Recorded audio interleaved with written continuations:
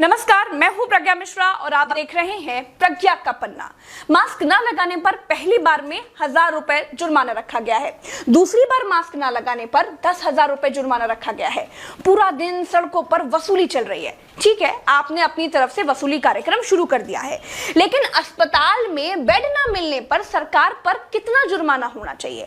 Ventilator न मिलने पर सरकार पर कितना जुर्माना होना चाहिए?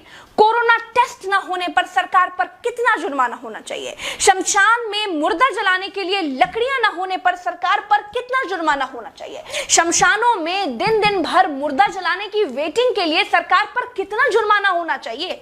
जितने मंत्री और ये मुख्यमंत्रियों ने बंगाल से कोरोना लाकर फैलाया है, उन पर कितना जुर्माना होना चाहिए? बंगाल में बिना मास्क महीने भर से घूम रहे नेताओं पर पर डे के हिसाब से कितना जुर्माना होना चाहिए?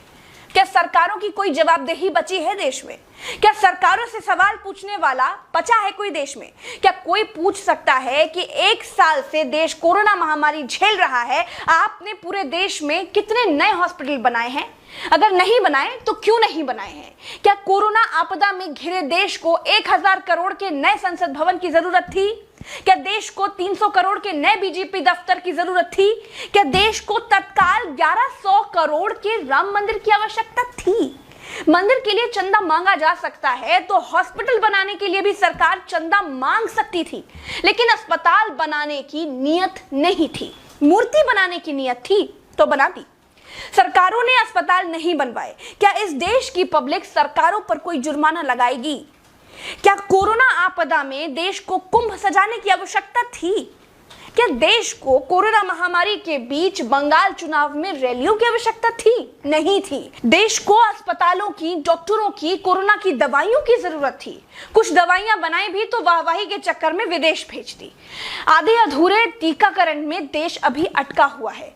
और ये कैसा टीका बनाया है जिसे लगाने के बाद भी कोरोना हुआ जा रहा है? क्या कोई सवाल पूछेगा? चीन ने कोरोना को फैलाया और पूरी तरह से कंट्रोल कर लिया। अपनी जीडीपी में रिकॉर्ड बढ़ोतरी कर ली। चीन से सब कुछ तो ले ही लिया है, सीख भी ले लो।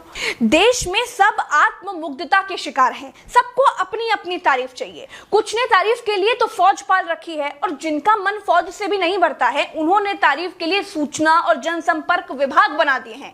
गाते रहिएगा ना, जनता का बैंड तो ऑटोमेटिक बज ही रहा है।